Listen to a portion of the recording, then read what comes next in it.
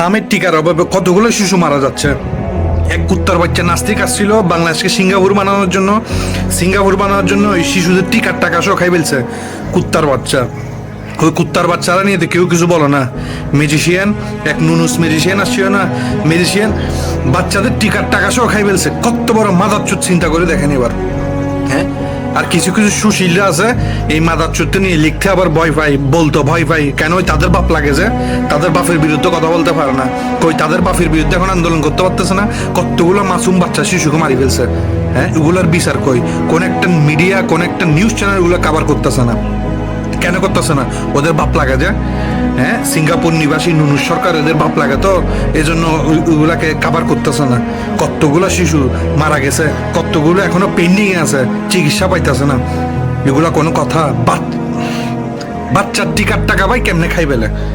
হ্যাঁ, মানুষ কেমনে এত খারাপ হয়? খারাপ হওয়ার তো একটা লিমিট আছে।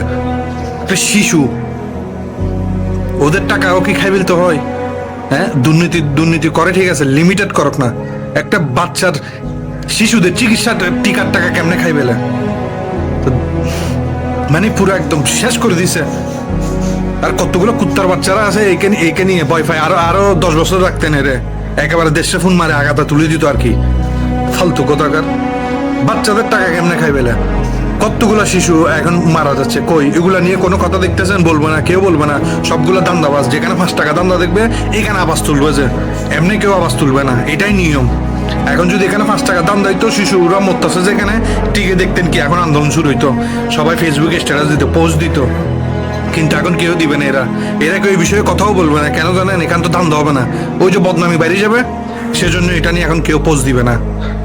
ফালতু কথাকার ম্যাজিশিয়ান বালের ম্যাজিক করতে আসছে বাংলাদেশে, বেড়া পুরো দেশ বরবাদ করে দিছিস বেড়া।